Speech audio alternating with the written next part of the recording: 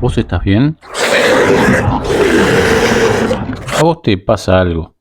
Mirá, yo no soy muy entendido en estos menesteres y por eso considero conveniente que en este capítulo hablemos de los procedimientos de exorcismo.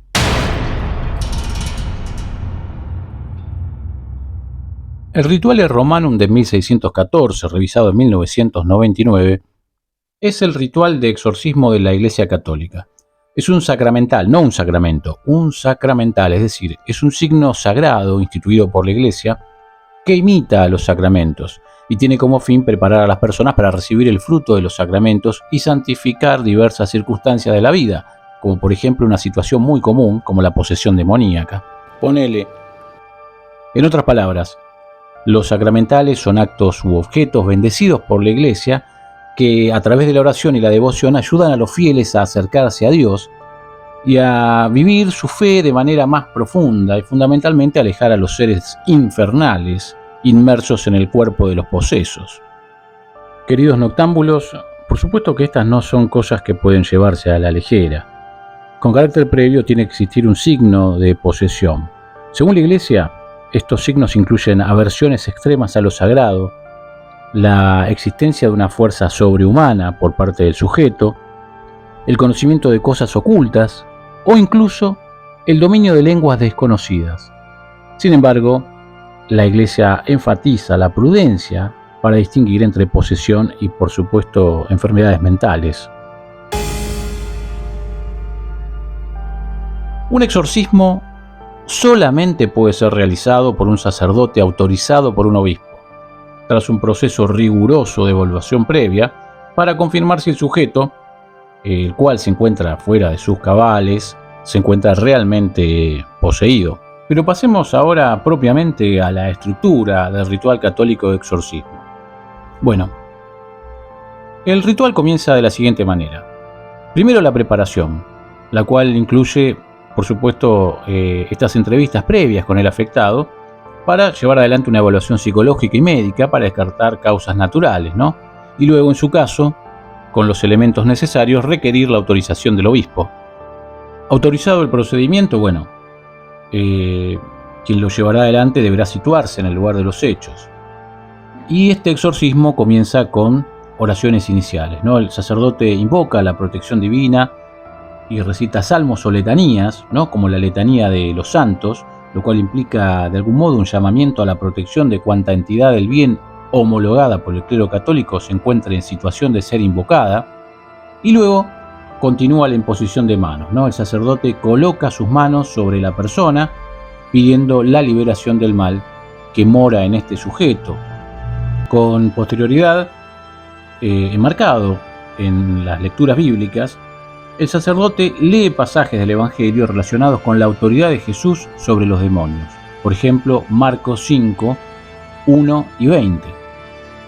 También se lleva adelante una renovación de votos bautismales, ¿no? La persona poseída, el poseso o su representante, padre, tutor o encargado, deberá renunciar a Satanás y reafirmar su fe.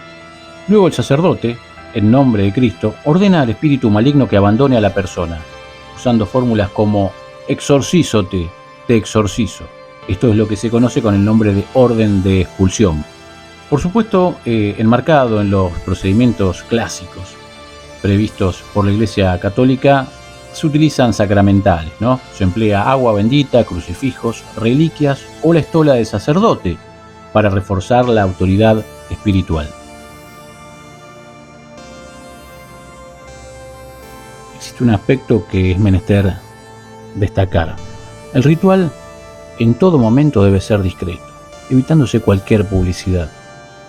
Y en lo que respecta a los actos propios del sacerdote, bueno, se encuentra totalmente impedido de dialogar con el supuesto demonio, porque como todos sabemos, los demonios son engañadores por naturaleza. Ya en las postrimerías del exorcismo, bueno, el sacerdote agradece a Dios y pide la protección continua. Esto es lo que se conoce con el nombre de oración final. Un aspecto interesante del procedimiento que estamos narrando es que, por supuesto, no existe una duración que sea equivalente para todos los procesos de exorcismo, ¿no? Este puede durar horas o días, incluso meses, dependiendo de la gravedad del caso. Como todos sabemos, algunos demonios se afincan en el cuerpo de algunas personas con un ánimo adquisitivo, en tanto que otros son más bien turistas de paso fugaz. En puridad del derecho debemos señalar que el procedimiento de exorcismo no es un monopolio del catolicismo romano, puesto que existe en otras tradiciones cristianas en donde también puede practicarse. Ese es el caso, por ejemplo, del protestantismo. Algunas denominaciones pentecostales o evangélicas practican exorcismos menos formales, a los cuales suelen llamar liberaciones, y suelen involucrar oraciones espontáneas y cantos, y por supuesto la participación de la comunidad, sin un ritual estandarizado. También las iglesias ortodoxas tienen rituales similares al católico, pero con algunas variaciones en las oraciones y un enfoque más místico, utilizando íconos y, por supuesto, agua bendita. Y como si esto fuera poco, también el exorcismo se practica en otras religiones y culturas, ¿no? Como puede ser el caso del Islam. Los exorcismos consisten en recitar versículos del Corán, especialmente la Sura, para proteger o liberar a alguien de la influencia de los jinn, los espíritus. Y puede ser realizado por un imán o un creyente devoto, a menudo acompañado de agua bendita o aceites. Aunque menos común, en el judaísmo existen rituales para expulsar dibuks o espíritus malignos. En la tradición cabalística se usaban oraciones y amuletos. Los rituales varían en el hinduismo y en el budismo, pero incluyen mantras, ofrendas o ceremonias para apaciguar espíritus malignos o liberar a una persona de influencias negativas. A menudo es realizado por un gurú o por un monje. En muchas culturas, como las de América Latina o África, los chamanes o las tradiciones indígenas también conocen esto de realizar rituales de limpieza espiritual, usando hierbas, cánticos o invocaciones para expulsar entidades maléficas.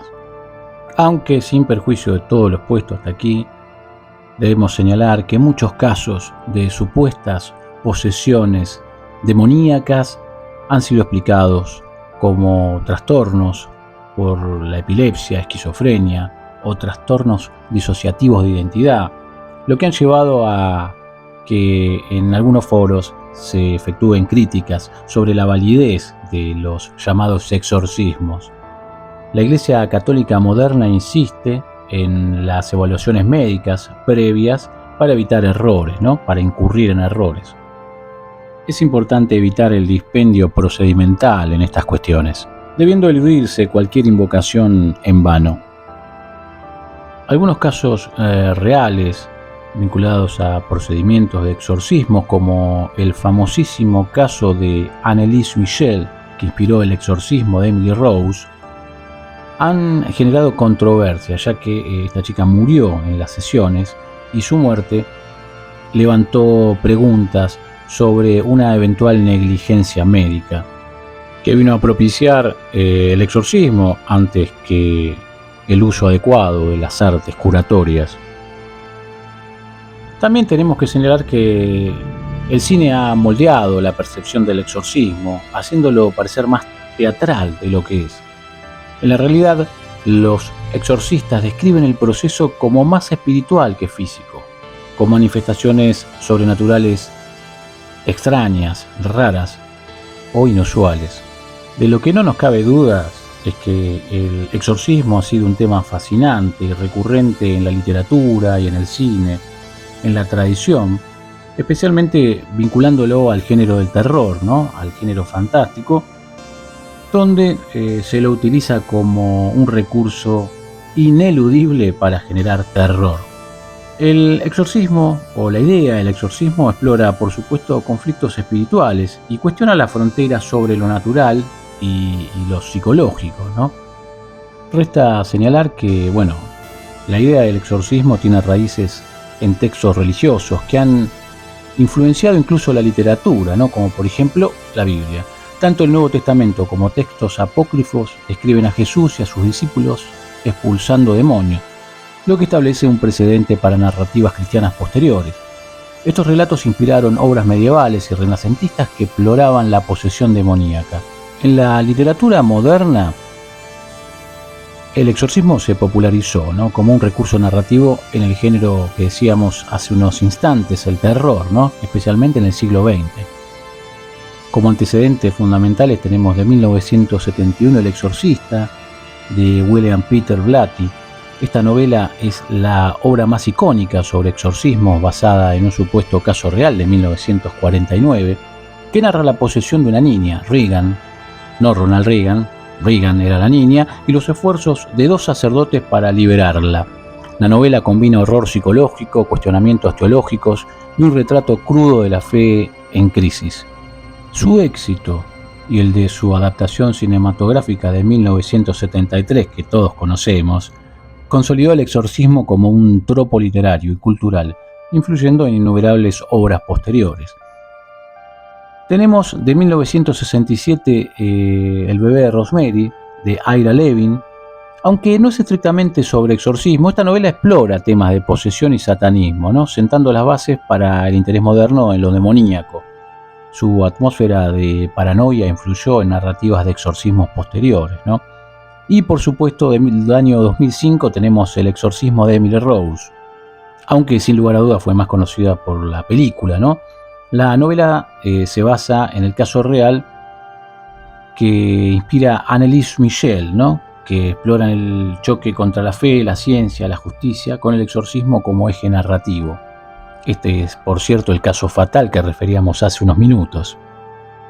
No podíamos dejar de mencionar la literatura gótica, ¿no? Autores como Edgar Allan Poe o Bram Stoker, aunque no tratan exorcismos directamente, usan elementos de posesión y lo sobrenatural que influyen en narrativas de exorcismos posteriores, ¿no?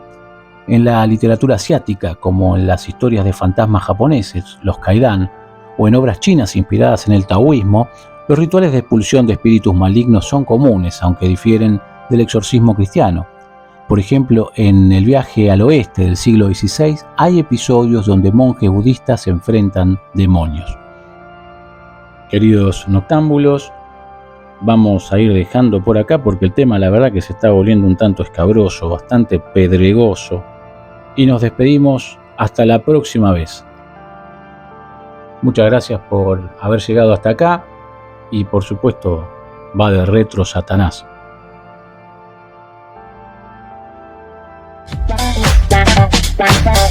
Los pasajeros de la noche, un podcast de historias extravagantes y relatos perdidos y desencontrados, dedicado a todos los noctámbulos, insomnes, sonámbulos y otros sujetos poco recomendables que tengan ganas de parar la oreja.